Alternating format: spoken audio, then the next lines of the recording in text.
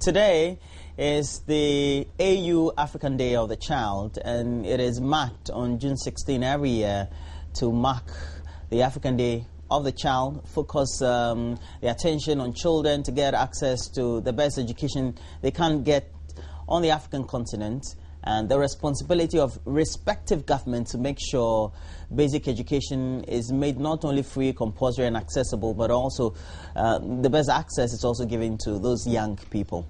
Well, today we're going to speak to a known educationist, a newspaper columnist, writing on various issues or various subjects as far as education is concerned, and also the founder of the Gifted and Talented Education Teacher in Service Training Quality Education Institute, just shortly GATE Institute. Anis Hafa is my guest this morning. How are you, Anis? I'm doing very well, okay. Thank you. With all your experiences in education, you have something to say about the Black Stars today. Yes, I do. Okay, what's your take? Okay, my take is that I'm so proud of the Black Stars. As a matter of fact, I hang the Ghana flag in my car all the time to rejuvenate the spirit that we have for this country. But my beef is this. Can you imagine the enthusiasm that we have for soccer in this country? Can you imagine if we were to turn things around and became that enthusiastic for educating the children in this country? Can you imagine? I mean, I'm talking about the support, the commitment, and the ability to raise children to compete at the international levels. That is really my concern. We have the means to do it, but for some reason, when it comes to children, well, we don't seem to be that committed. We need to be as committed to children who form 50% of this population as we do to the Black Stars. You see the difference it will make. That's one way to look at it. The other thing that I see is that we have to now begin to develop academies at the lower primary, upper primary, at the senior high school level to groom young people for the sport. And all that has to be incorporated into a bigger picture of what education in this country should be. Do you get worried when Ghana's, you call it soccer, I'm sure because you're very much inclined to the United States with all your experiences? Yeah, very soccer. Here's football. Okay. I prefer football. Do you get worried when the Black Star players don't speak very good English in TV interviews compared to their Nigerian counterparts? Well, I didn't expect it to. I wasn't expecting this question. But you know, they are sportsmen. They are sportsmen. What we want them to do is to score goals. That's one way to look at it. The other side is that people have to learn to be fluent. Basic education is critical. Okay. You know, and also for the players themselves to be able to express themselves, the kinds of things that they're looking at for, and also when particular questions are asked that involve techniques of playing, I hope they'll be able to articulate that for the younger people to begin to understand it. Why is basic education very critical? For example, in the last electioneering we had in 2012, it was the dominant subject of various campaign messages. Yeah, because, you know, I mean, frankly, when you look in the future and when you look at the competitiveness of, you know, Ghana is not isolated. Ghana is not an island. We have to compete in the bigger global picture, and education is key. I mean, if you look at the strides of some of the young people internationally, and then you realize that in Ghana we are a bit too passive, we are a bit too dormant, and you ask yourself why. It's the way we are raising our young people. I mean, that concerns me a lot, and I talk about it often. That it's very important that we raise young people who can be assertive, who can have tenacity, a sense of purpose, and also the ability to even express themselves and do great presentations. That is the wave of the future. So when we look at education in this country, we cannot be hypocritical and say that we are going to raise our children along the traditional lines, the way I was raised through the 40s and the 50s. Things have changed. We need to be able to help them to stand on their own 2 feet, to know that they are important, to know that they are also a huge element of God's creation, and then see where we can go from there. But I get very disturbed by the traditional methods by which we raise our children, because the 21st century is a whole different ballgame, and we have to begin to see how we can develop assertive, bright young people, because I see them in this country. Talking about the various structures, what variables or structures do we need to set as benchmarks and say, well, based on what is being done, we have the best standardized educational system? Well, okay, that's a good question. There are basic things that we have to do, and I think we all know it. It's the ability to write properly, the ability to read properly, and also some element of numeracy to be able to count. Those are the elements. Those are very, very important. And I hope that by the time a child gets to, let's say, JHS, these habits have been formed. This ability to do these basic things. And then now we also have to throw in the element of ICT, computers. Because once a person can read and write properly, they know basic subtraction, division, arithmetic, and that sort of thing. And also be able to speak properly.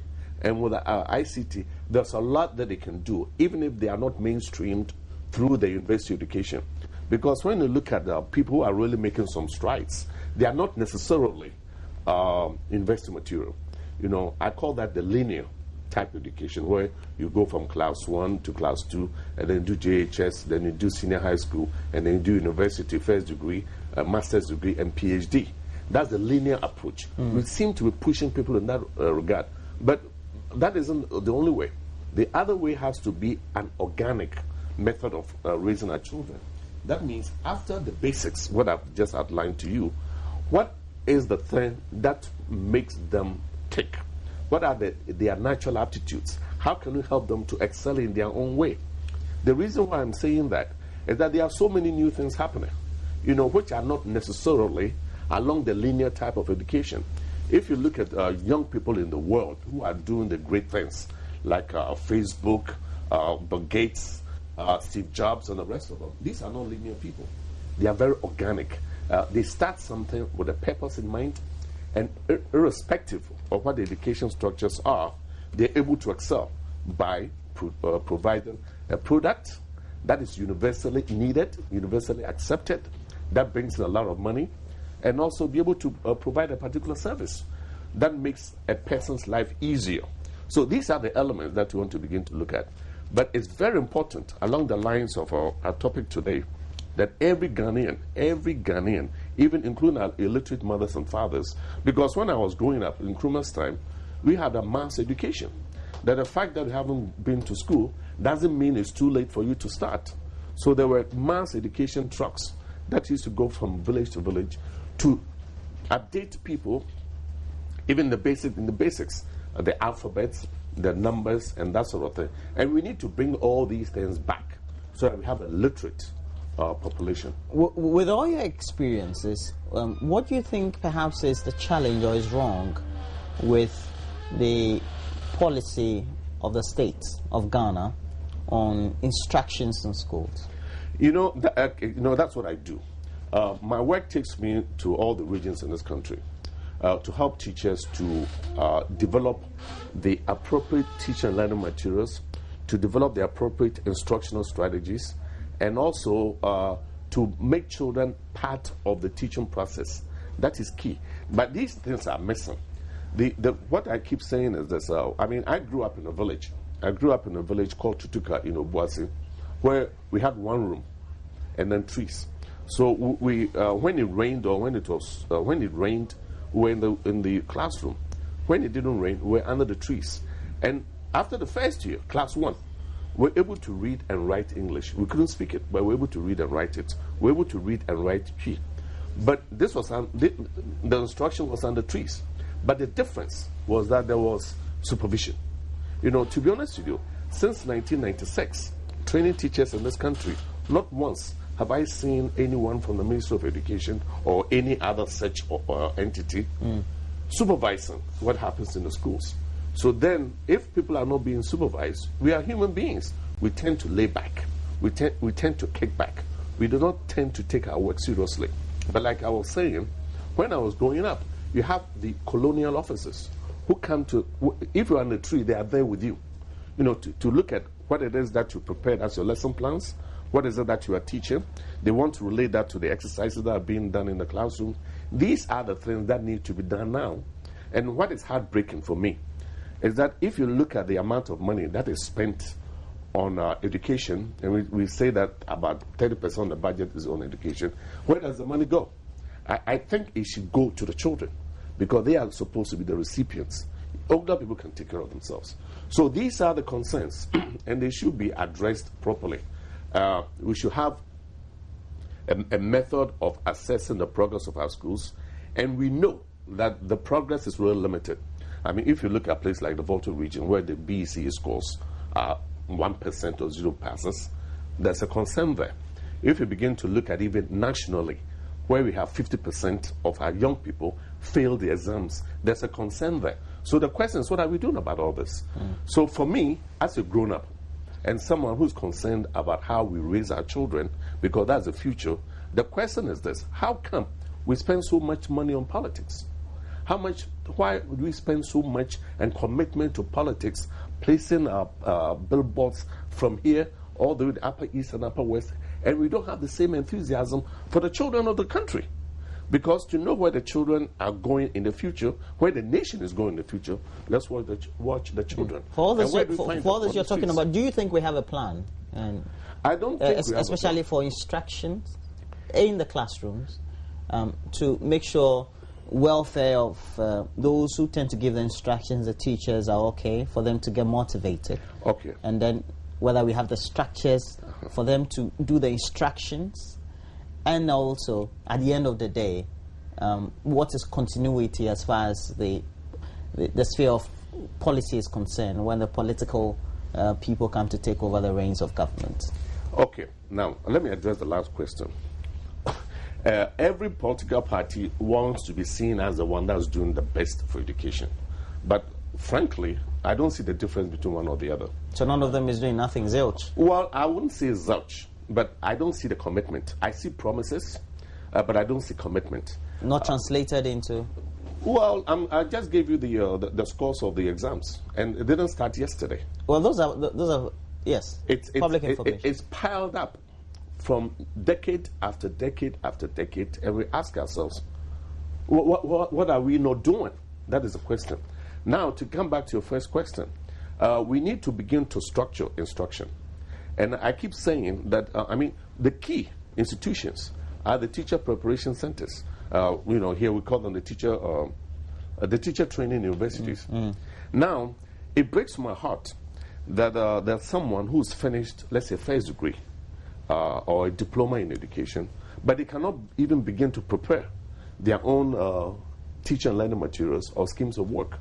And it's disappointing. I mean, for any person who wants to be a professional teacher, for them to come out of such an institution, they have to be able to prepare their own lesson plans, their own lesson notes. So what is wrong? Is it the teaching method? Is it the structure of the curriculum at the training institutions? These things have to be done. I mean, because that's what I do. I train people. Frankly, people who have done master's degrees, bachelor's degrees, and they are deficient in these particular structures that you're talking about. So the time has come. You see, and then, okay, we also do things the old way, the archaic ways. If, for example, you look at lesson notes and things that are all handwritten, term in, term out, year in, year out, teachers get bored with it because it's tedious. So in this day and age where we have ICT applications, what I always recommend is that these things have to be centralized in a way where we use computers. And then this is what I mean. Instead of, let's say, I want to give you the 3 basic structures that we need, that I think the training institutions should be pushing.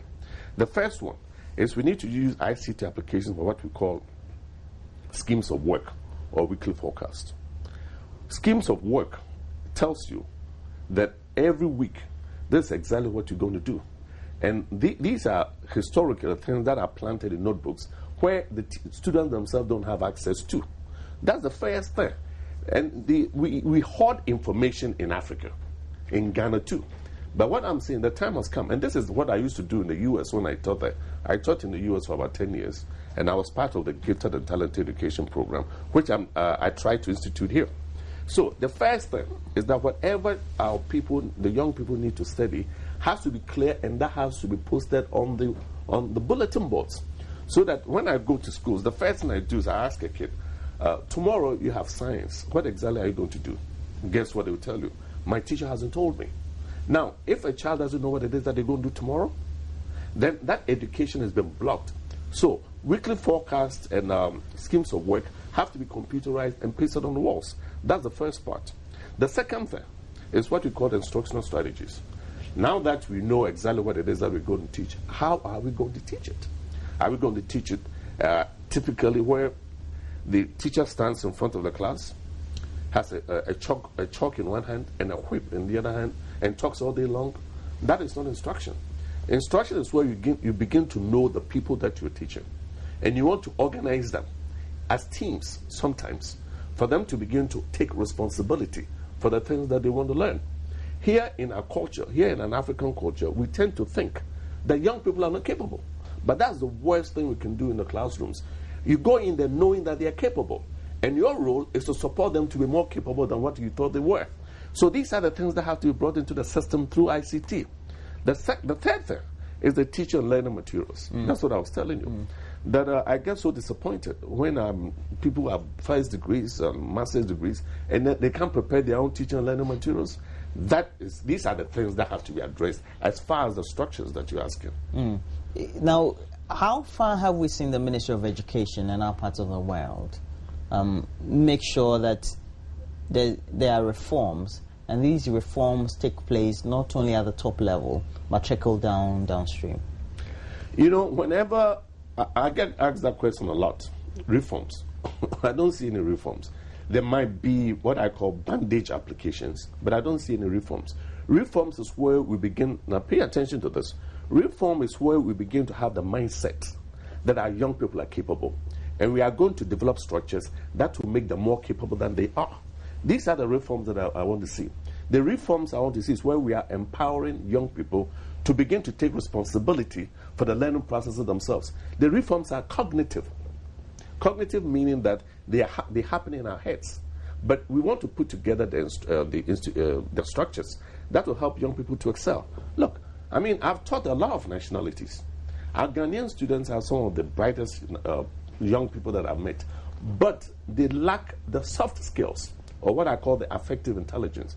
The ability to be curious, to explore things in your own way, to be able to discover things for yourself, and know that you are going to provide a particular solution to a particular problem that you have.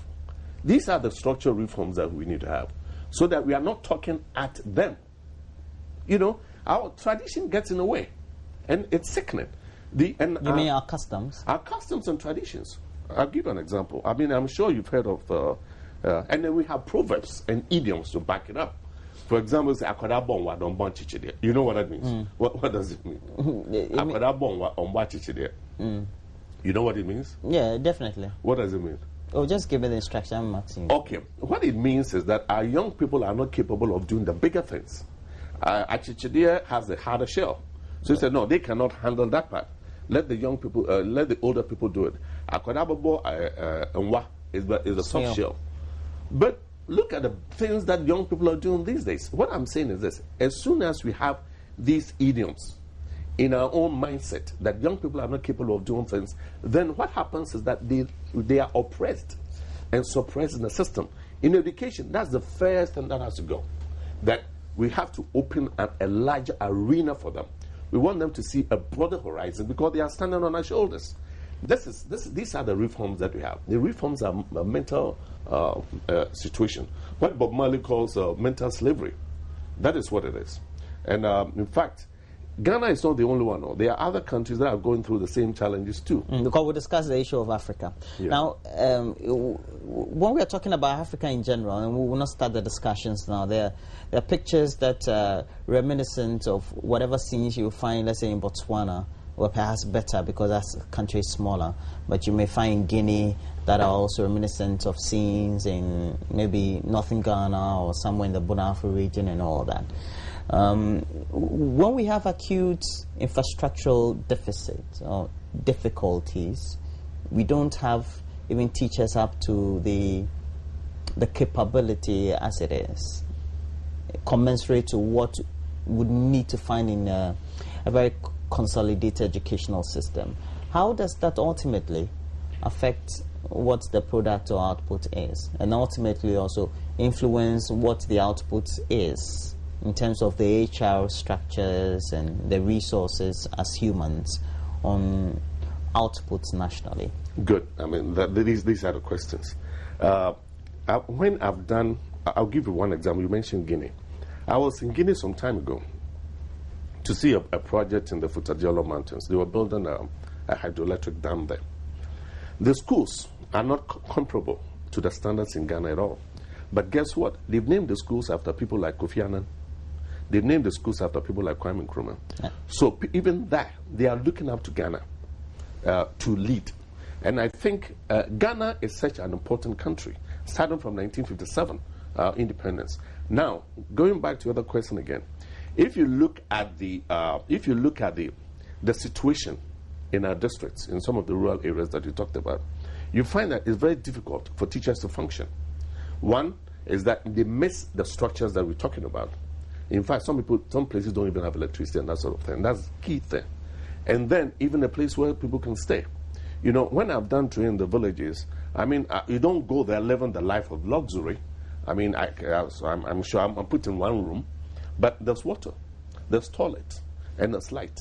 So a person can be functional. Looking into the future, these are the same things that we have to begin to provide for teachers when we assign them to rural areas. That's one.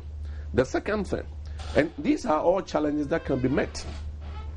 The second thing is where there's a young person in a particular district where he's teaching in a place where there's no electricity, no computers, and that sort of thing. All these things are impediments as far as progress. So my recommendation is very simple. We have about 200 districts and municipal assemblies and that sort of thing. We should begin to make each district autonomous. They should not be dependent on Accra. We've been dependent on Accra for too long. And see the results that we have. So what I'm saying is that when we plant people as district executives or heads in the assemblies, they need to be people who are knowledgeable, basic knowledge as far as what education is all about, so that they can help. Now what I'm suggesting is that if you look at every district, some are more deprived than others. Some are more endowed than others. The ones that are endowed should form what I call the hub. That this is the place that's endowed. This is where a lot of the training is going to be done. In addition to the existing training institution that we have, every district should have a training institution right there. We can never have enough of the training institutions. In fact, some of the schools where I do training, these are some of the private schools. I train almost once every week, you know, because they've developed a training scheme for that particular school. They want to do better in the BCE.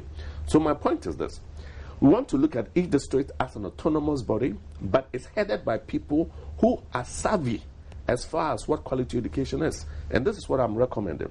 That even if there are about, let's say, 20, 30, 40, 50 schools in a particular district, we can choose one that is endowed, that has electricity and computers. And that is where the training has to be done. As far as learning to prepare our teacher learning materials and making sure that, look, I keep saying that with one computer and one printer and a ream of paper, that's about 500, we can begin to produce a lot of teacher learning materials which we can filter through the system so that whether you have light or not. You mean in one particular school, for example? We use that as a hub so that everything circulates around and we get more than one school. So the challenges are there, but they can be overcome. I've traveled to Benin and in Togo, and especially when I went to Benin some few years ago, in some of those, communities like Ouida, and you go to Gambier, etc., they have difficulties accessing education. But what they are able to do, for example, even in that small community, you look at the handwriting of a pupil there, it's better than a handwriting of somebody who is in a secondary school in Ghana. Okay, so then I ask myself, perhaps even in that level of depravity, something is done better than ours. I'm not trying to ask you to compare what the Francophone education is, but comparably, education around the world, the way instructions are given, whether it's somewhere in the Oriental countries, if it's in China or Japan or Korea, or it's in the US, or it's in the UK, or somewhere, let's say, in Northern Africa, what will be the best practices we can also take, so to speak, to influence the sort of education we have in Ghana? If the places that you've seen, they are writing better, the handwriting is better, that means there's emphasis there. there are books that teach handwriting and cursives and the rest of it, calligraphy, and all. Well, I do understand that, but they tend to have some level of influence on the intelligence of the children as you interact with them. That's what I'm asking. Right. That's a fantastic question. You see, the ability to articulate a letter in itself is a learning process. You realize that whatever you do has significance. If you write A, you have to write a small a certain way. If you have to write a capital A, you have to write a certain way. All of that instills in you a certain purpose. So if that is missing here, we have to bring them in. But the other thing I also tell you is that I was doing some program at the Nkwanta district, and we had children coming across from Togo to come to school in Ghana because they want to be in Ghana Medical School. And they realized that the closeness to the Ghana Medical School, as far as being in Ghana, itself is an advantage. Ghana has such a great potential. Handwriting might be a particular kind of activity that's very important, and they've taken it on. But the bigger picture is also what we need to be looking at. That there's so much we can do here. And then, I read in the papers, I think last week, I don't know if you saw it, that Ghana topped Africa in mathematics and science. Well, I did. My mind was blown. How? If Ghana top, from what we've seen, if Ghana is topping that, then what on earth is happening to the rest of Africa? I think it was maths and English, I think. No. Maths and science.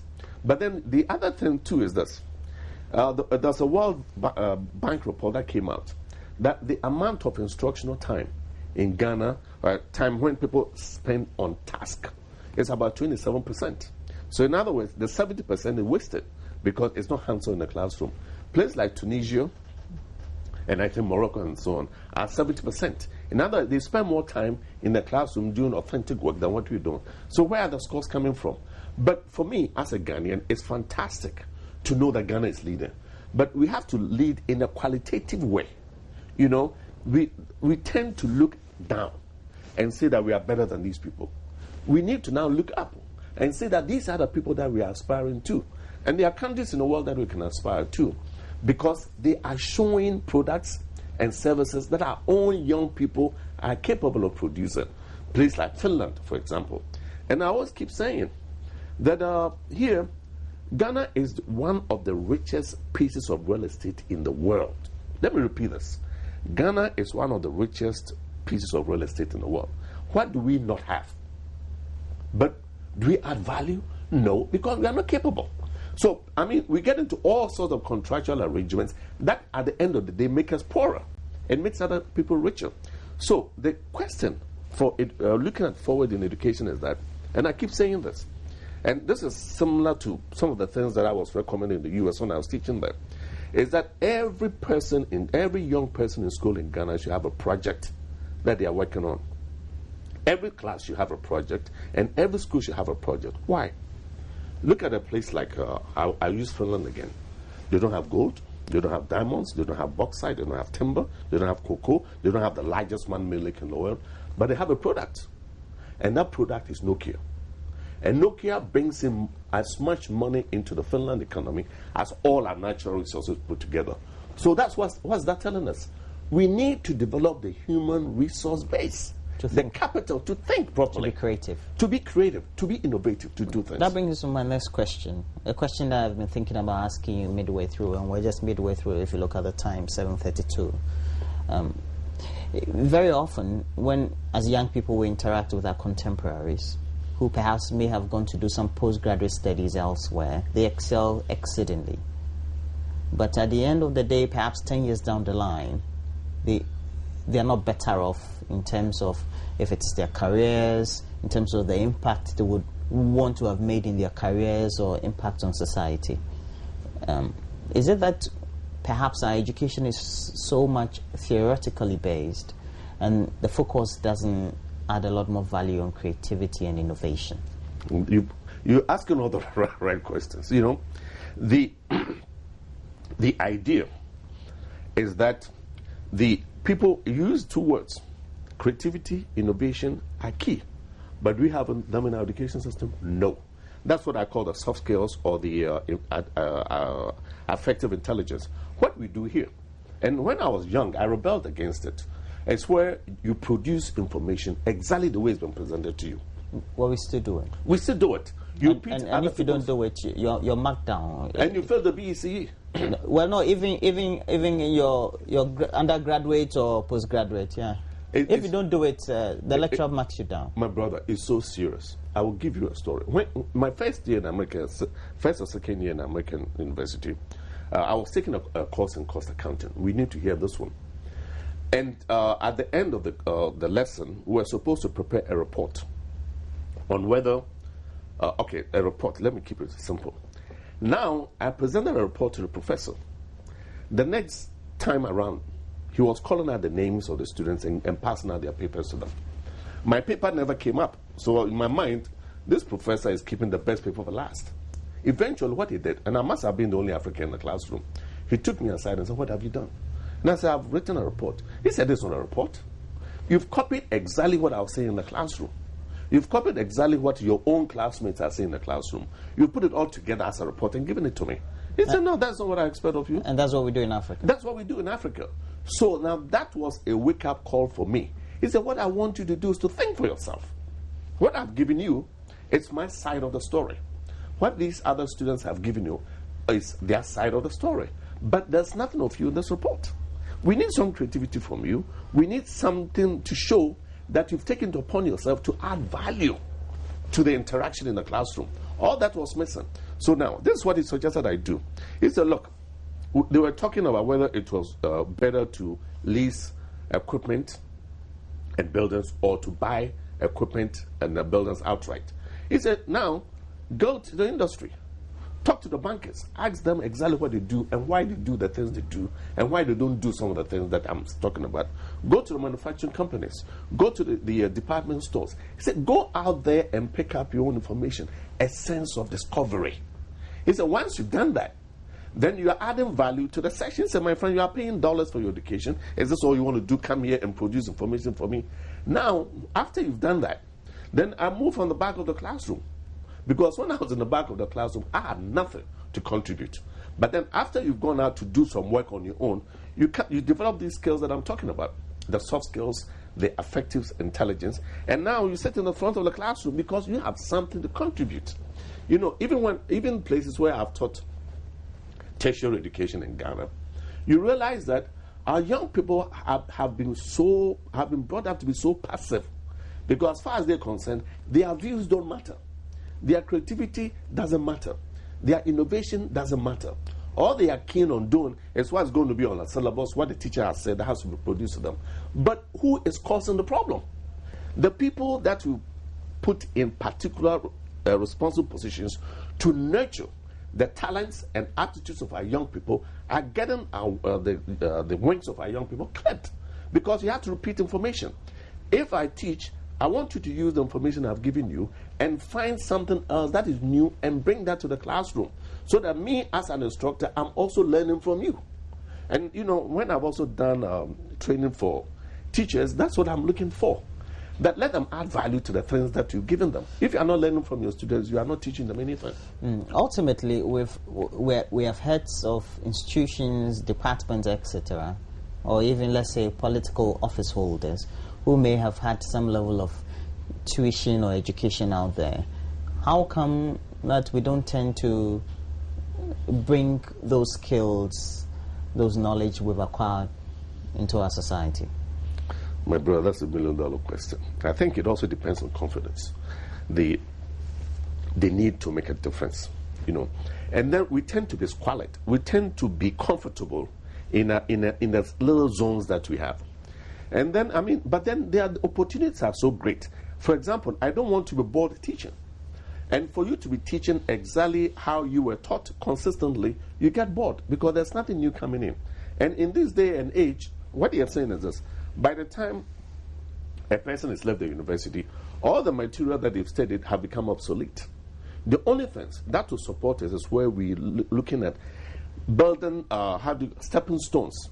That is the basic information that I have, but it's developed such critical thinking skills in me that I can adapt to the reality of what's happening on the ground. I can adapt to a different solution. as opposed to presenting the same thing. These are the challenges of our professors and our lecturers and the rest of them, that we cannot continue teaching our young people the old way. And you ask the question, they've had the exposure. So what is the excuse? That's a question that has to be addressed nationally. And that dialogue has to continue. How do we get some of these advocacy issues to the doorstep of, whether it's the education ministry or the service? I wrote a column in the Graphic called Education Matters for years, and a lot of these things have been addressed. And there's a book that I'm writing now called Transforming Education for Quality Leadership and Prosperity. The campaign has to continue. Remember when Nkrumah wanted to develop set Ghana independent, there were people who were resisting it, especially the so-called learned people, the lawyers and the judges and that sort of thing. Nkrumah wasn't a lawyer or a judge, but he knew that the future of this country depended on what it is that we're capable of doing for ourselves. So there are always reactionary elements. We cannot forget that, But the campaign has to continue because that is the wave of the future. We cannot be independent since 1957 and still find ourselves in the situation in which we are. We don't live long enough. Our hygiene, it's questionable. Some of the food that is being eaten at the school levels are bad. We don't have toilet facilities in the schools after 1957. There was a project that I did, I spoke about, that was done by GBC, schools in Ashama and the rest of it. My goodness, it's every school in this country. Go there and you realize that there's a problem of hygiene, especially where children can have access to water to wash their hands, where they can go to the bathrooms, where they can have simple things like toilet paper. These are issues that will never go away. So when I hear politicians making all these promises, I say, wait a minute, don't you live in Ghana? The other danger is that we are saying that everything is free. The reason why we are getting the scores that we are getting is that we tell parents that you don't have to do anything. The government will do everything for you. What's wrong? The government cannot do everything. It's hypocrisy. The government cannot do everything for anybody.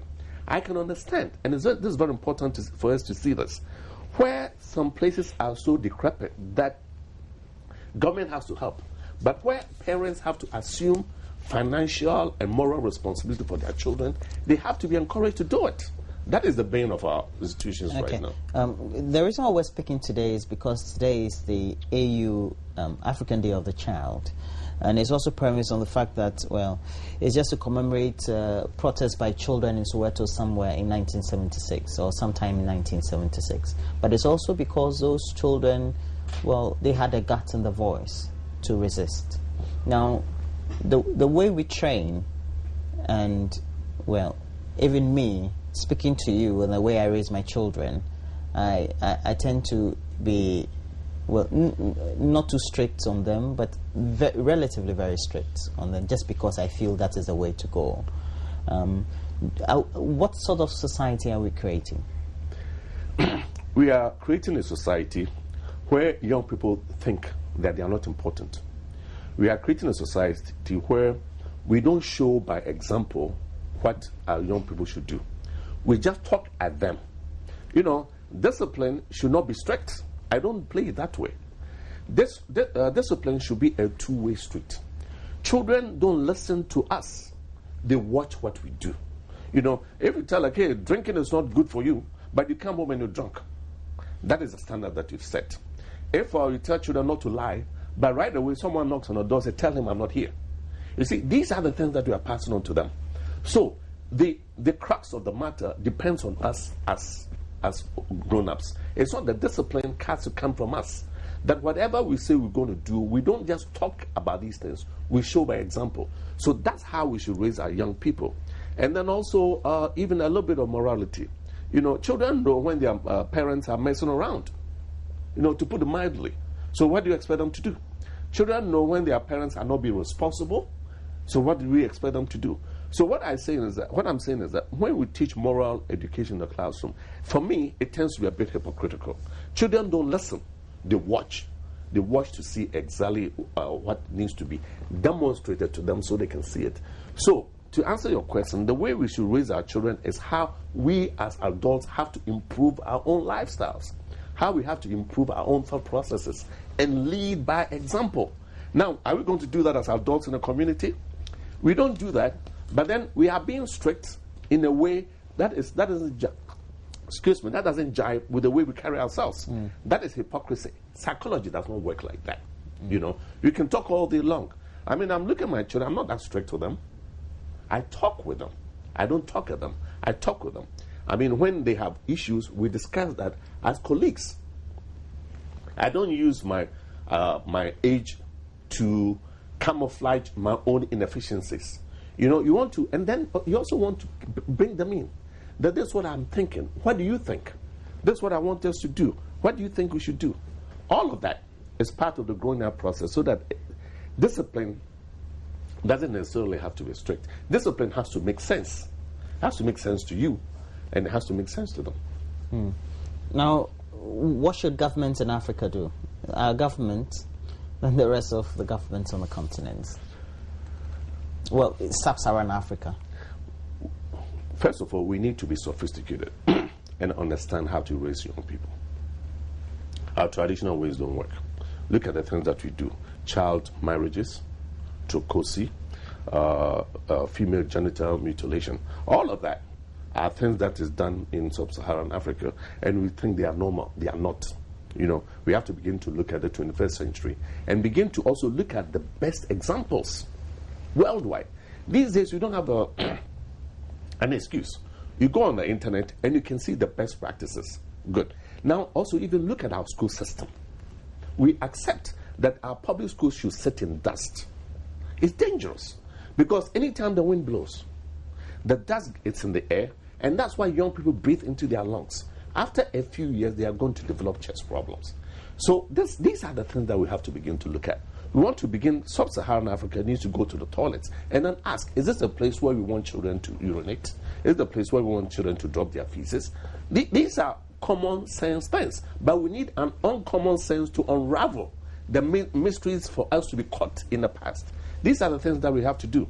And also, you know, if you look at, I mean, frankly, every school in this country should be green. Green with trees, green with flowers, green with grass, and we can do it. You know, well, why are we bragging that we have the largest man-made lake in the world, but we sit in dust? And that it's not just the elementary school. So, I mean, the other time I think, and I keep saying this, I was at the University of Ghana because my books were in the bookstore, and then I had to use the restroom. I walked in the restroom and walked out because what I saw there, no human being should be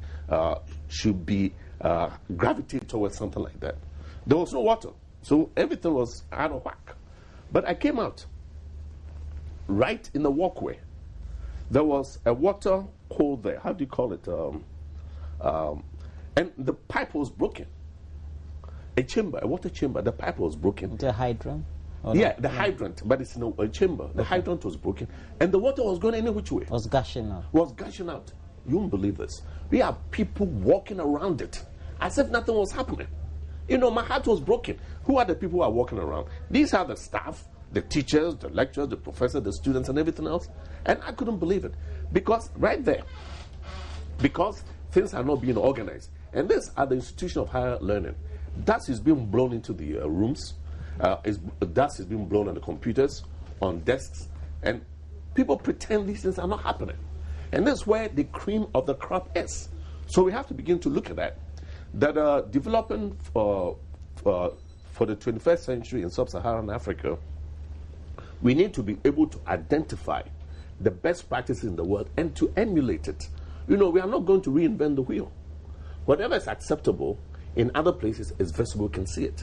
But the mindset has to be directed to a certain quality that we need for education, because half of our population are school-going age.